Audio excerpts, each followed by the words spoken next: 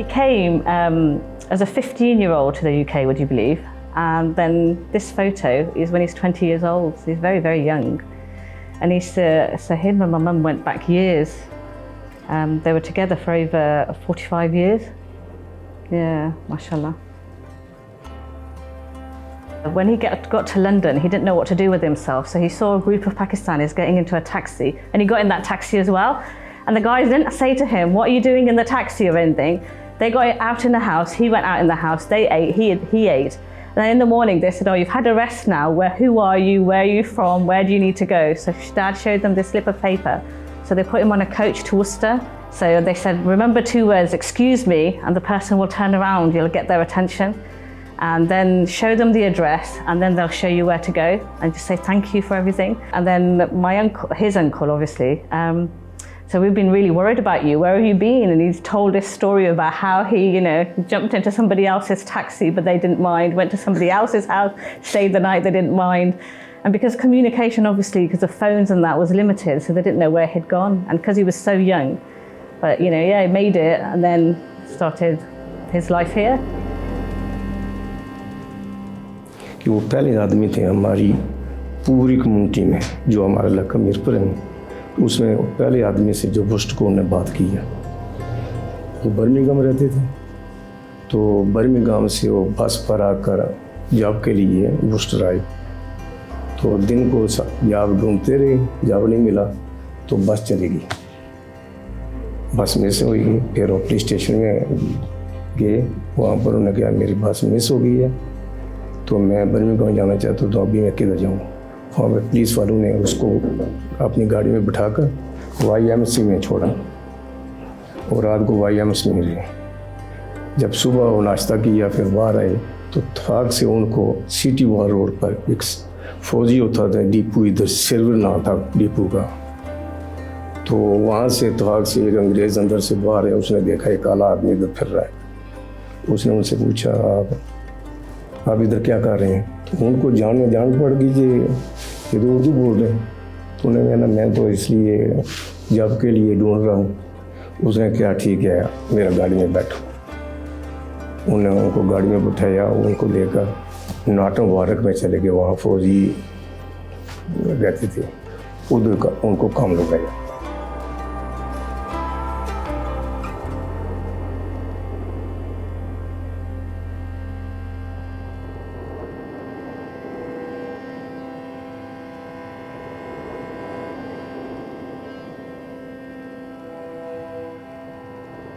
Metal Box used to be a main employer here, and a lot of people, paid by Metal Box, come from Pakistan and from Italy. Mainly, a lot of people from Italy came, paid by Metal Box, houses supplied by Metal Box, so they could fulfill their line.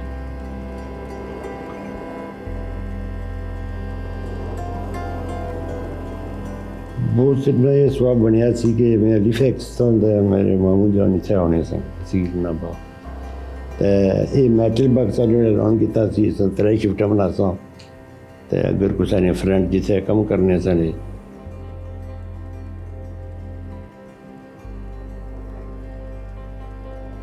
আসার পরে আমি English মাতিতাম পারি না, অনেক hard লাগছিল আমার লাগি।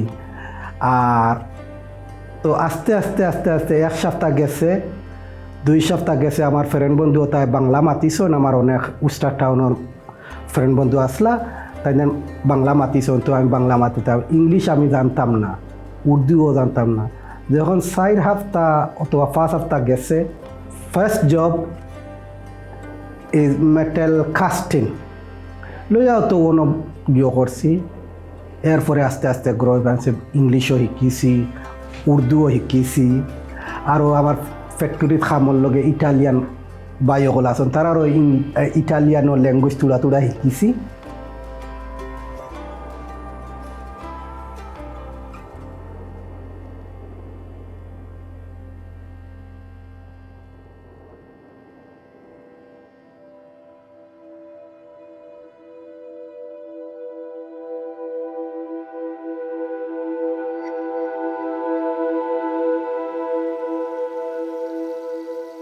We went to the shop, and as you know, Muslims have a dietary requirement of eating halal. So I thought, what the only thing I can get is some eggs and bread, So he got the bread, and he couldn't explain to the shopkeeper how to get an egg. So he goes,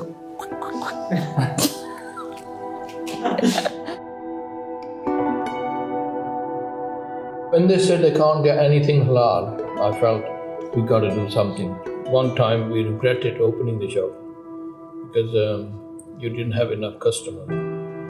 So that idea started that I'll go down to the houses and write down what they need, take the stuff the following day and collect the money. Everybody nearly worked about 12 to 14 hours, and I think they must have been tired to come down, and people wasn't used to coming to the shops. So that's how first 2-3 years we worked, managed to keep the shop going.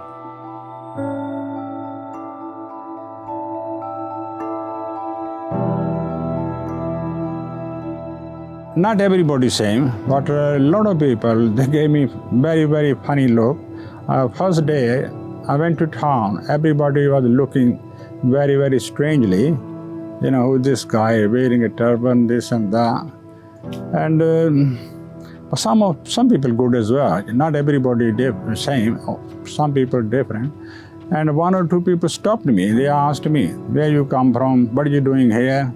So it was different, strange. And I was very nervous actually, going to town first day. So I thought, I don't know what will be the reaction from the public. I have to try. If you don't try, you don't know. Then we tried. We worked really, really hard. For example, 2-3 years. Then business pick up, and then we decide, it's going right direction, and we keep going on up to now.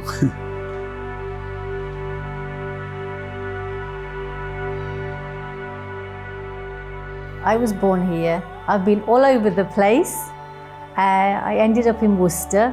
When we first moved into this shop, I never thought I would last 33 years. The first time we brought the shop was really bad condition. Very, very bad condition. And the house was in a very bad condition. As the years went on, we did all things to it. Then the boys came along. It's nice to see the growing up sort of thing, and mixed community there as well, and they really supporting us as well. That's why we just carry on. That's why we lasted 33 years. I think they supported us. We helped our customers. If they want sesame seeds or anything, and cumin powder or anything, and we don't sell it in the shop, I would always go inside and get it from my jar and give it to them to help them out. Thanks to the all community as well, who supporting us. And we are here now because of their support. Because of their support. If you're not there, we're not here. And all to say to them, thank you very much. And keep supporting local shop, because it's what's happened if your local shop's gone, and what's happened if you need the community is not there. If you're in a supermarket or anything, they go somewhere else, they got nobody to talk.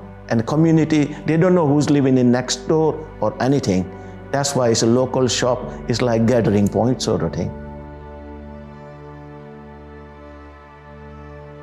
The entrance to Crown Gate Shopping Centre, opposite the Marks and Spencer, at the very spot used to be my shop. So I opened a casual wear shop, jeans shop, basically selling denim, and very appropriate name called Blue Junction. And by the grace of God, we thrived. Although I was warned by some of the local businessmen that this is a very... I did not warn you. You are certainly not one of those. Probably my competitors. They said that, single retailer, single person wouldn't survive here more than 6 months. But being a Muslim, I said, my sustenance is from God. So if I am to fail, I won't be able to do anything. But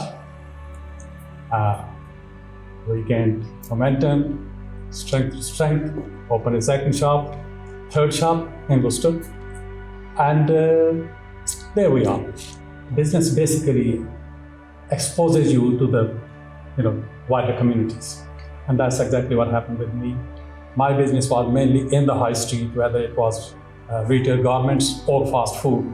I was interacting with the locals, Worcestershire people, and people from outside.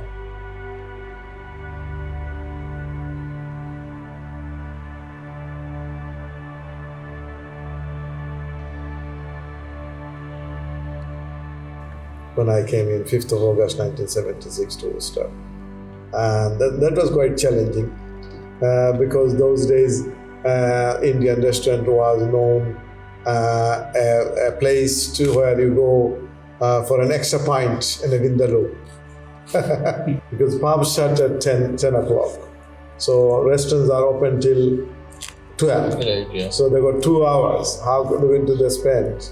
So let's go for a curry, and so we can have a pint and so on. It has improved, restaurant life has been improved. Because when I joined in, restaurant life was like a very bottom of unwanted skill, day and night long hours, unsocial hours, low paid, whether yes or to say, so an abuse, unfortunately, from the customers. I can proudly say that all the time that I've spent in the Indian restaurant, in my own restaurants, I have never ever had a single physical altercation, anywhere. And that to me is a big thing, simply because, in those days, like Mr. Ak said, people used to come in and they used to abuse. I've seen people in this business that they've come in and they've kicked about, and they were throwing things around and everything, and then I see the same people 3 years later come in with their wife and their children, yes. and they're telling the other people that, hey, what are you doing? And I used to remind them, you was doing exactly the same thing. Isn't that true? Absolutely right, absolutely. So, it was, I knew that, this is just, they come out for a good time, yes. They need to, say something to somebody and let them do it to me, you know what I mean? And they used to love me for that. And good. I think that I realized at that time that people don't just go out for food. It's entertainment.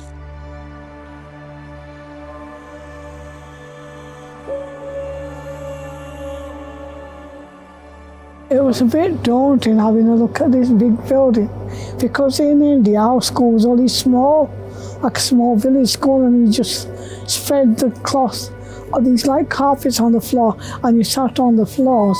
In England, you had to go to school, sit at a desk, because we never had desks. We just all used to sit on the floor, had slates to write on. So here we had books, but because we didn't go to school till September, when my dad taught us English at home, we had the Peter and Jane books at home to learn from. He taught us the ABC and that at home. When I joined the school, and in an entire school, there was only 3 of us. So it was difficult. A, you didn't understand the language, and secondly, you didn't know the culture, and then you had no friends. So it was difficult first 2-3 months. And then I found, obviously, there was a couple of lads who was already from Pakistan. Yeah. And so we sort of got together, which was natural for us to sort of gel in with those, and because obviously they spoke English and I didn't. After 2-3 months, then you start understanding what they're saying, and usually when you walk through the corridor and somebody pushes you, you think it's natural. And then after 2-3 months, when you realize now they're doing this deliberately, and especially coming out of the school on our way back home, and we have to go through, because I went to Nunnery Wood, and on the way back there was a field which called Parry Field, and that's the sort of route we was taking to come into home. And as soon as we used to get into the Parry Wood, and then the local lads will get together and push us around and throw some stones and the usual stuff. So yeah, we took some beating. I think it was easier for us because we grew up in an English society, but then we had the family life. So I think we kept our feet grounded. So I think it wasn't too bad for us, but there was a difference, especially when I went to school. My school, I went from Stanley Road, which was predominantly Asians in that one, to RGS, where we only had 2 Asians.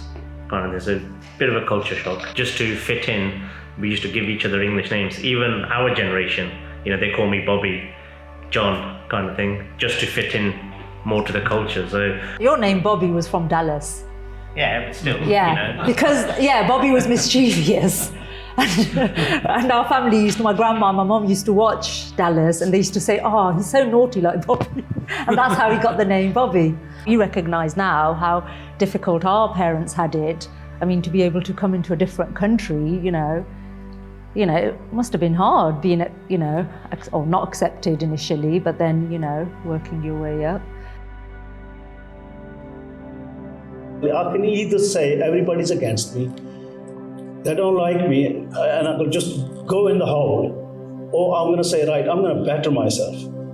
I am going to better myself, and I'm going to, make myself in a position where other people cannot take advantage of me. And alhamdulillah, thanks to God, that as time went by, I think I did well, as far as the communication skills are concerned. And that is something that actually you can either take it negatively and say that everybody's against me, and I'm not just saying about this incident, me going to school, it relates to everything in life. That when people come to you and say something to you negative, and they keep on saying it to you, you can either cave in and say that, yeah, well, I must be like that, because they're saying it, or you believe in yourself and say, right, okay, I'm going to rectify myself. I'm going to become better. I'm going, and I think that if you do that, it's a great mechanism. It's a great food, to pump you and to take you further.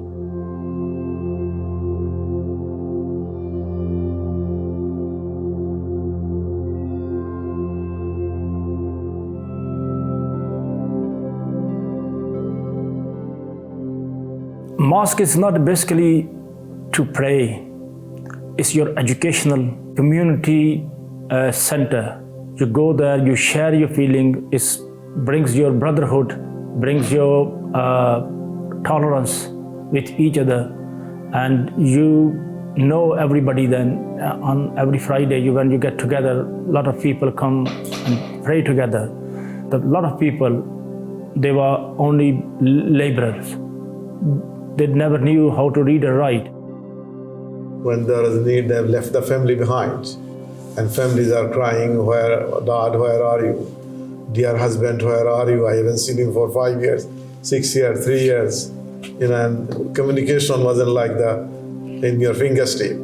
Communication was writing a letter. It was only by the letter. And that letter will come back within 4 weeks, 3-4 weeks. Before you hear respond of your letter, it will be another month go on, another 3 months go on, and things like that. So, and also the other thing was, people, a lot of people cannot really read and write as well. So they have to rely on people like Brother Riyasud or somebody to go and say and write their letter, or even read their letter, come from their wife, husband or wife, and they have to rely on third party to read it and then respond to it also. In Islam, you can pray individually, but congregational as well. So individually, they used to pray in their houses, workplace, or wherever they can find. But for congregational, likewise, Eid, Friday prayer, Jummah. And I was shocked to know they prayed once in an audience cinema. They hired a hall in an audience cinema, you can imagine, And in summer, they prayed racecourse, Grandstand Road, the racecourse, open field. So this is the struggle they had.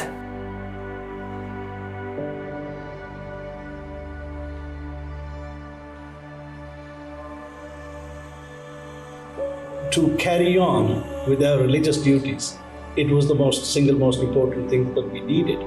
So, alhamdulillah, thanks be to God, because the unity of the community. We will sit down and make plans how we improve the state of the community. And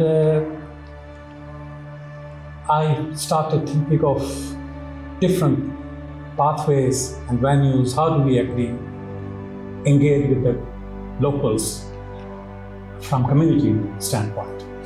So we wanted to, find a platform, and I came up with an idea of joining Worcestershire Pelagians. There was no Worcester Interfaith Forum until 2005. So we were actually the first group of 3 or 4 individuals, the churchmen and one of the Pakistanis, who came up. That was quite Worcester good.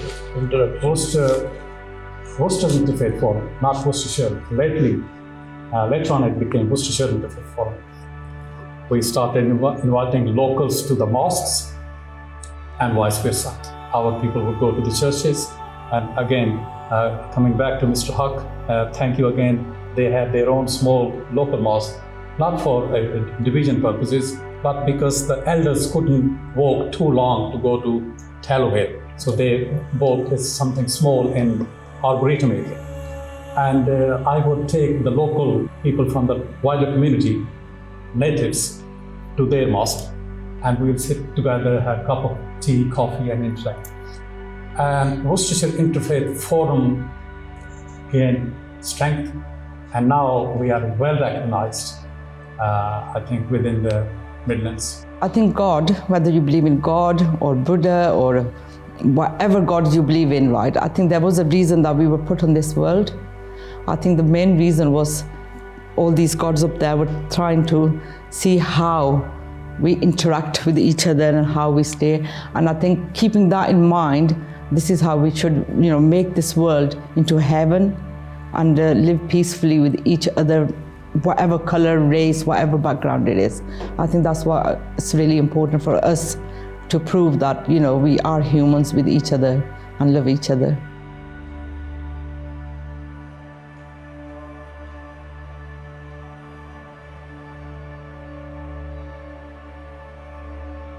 যে আমরা সব একত্রিত বাঙালি আর পাকিস্তানি আর English আর Italy আর গুজরাট, আমরা সব human being, আমরা সব সুন্দর মতো চলতাম, আমরা টাউনটারে সুন্দর মতো জড়িত, ক্রাইম ওটা কমতো, পুলিশেও আমরা সকলতা যে আমরা হেল্পিং করতো, আমরা করতো যে ইগনোর করতো না যে বলে তুমি এইসা আর তুমি ওটা হেইন হতা, আমরা সব यूनाइटेड। बच्चों के लिए यही है कि मैं अपने लिए और सब के लिए ये दुआ करता हूँ कि बच्चे हमारे आगे चलकर एजुकेशन करें और वर्सेस्टर के लिए काम करें। क्यों हम वर्सेस्टर में आए थे, वर्सेस्टर में ग्रो हुए हैं बच्चे, इनको लिए वर्सेस्टर में काम इनको करना चाहिए। My kids born here in Worcester, and yeah, they really happy, they enjoyed. I like Worcester. It's quite small compared to other cities, I feel, and I like that, and I feel like it's quite diverse as well. My best friends are like Albanian and African. Like I talk to them about it a lot. Like I say that when my family's having a wedding, I was like, oh, I'll invite you guys and you'll dress up, and they get so happy about it. If I talk about it, then they'll learn as well. Mostly I have a lot of English friends, which one's really, really good, actually respect my culture, respect my religions, and I like very nice, lovely people and kind. So I love my Worcester.